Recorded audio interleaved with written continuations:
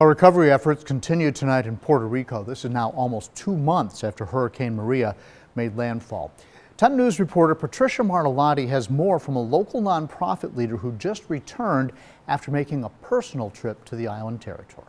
And I went all the way around the island and really got a deep insight as to what the current crisis is nearly 2 months after a hurricane. From sunrise to sunset, this passionate Puerto Rican visited with partner programs. Volunteering with them and distributing aid and relief, and really got to experience the devastation and how their spirit is responding.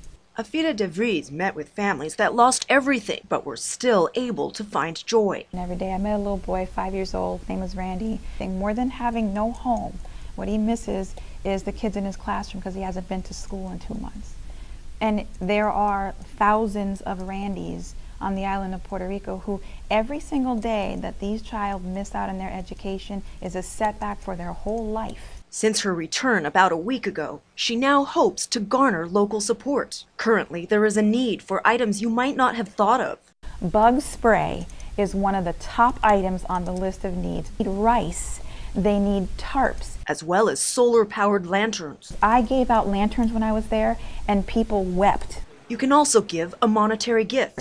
Because if you give a monetary gift to the United Way of Roanoke Valley for Puerto Rico aid, we will use it to either purchase the goods that are needed or to offset the cost of shipping.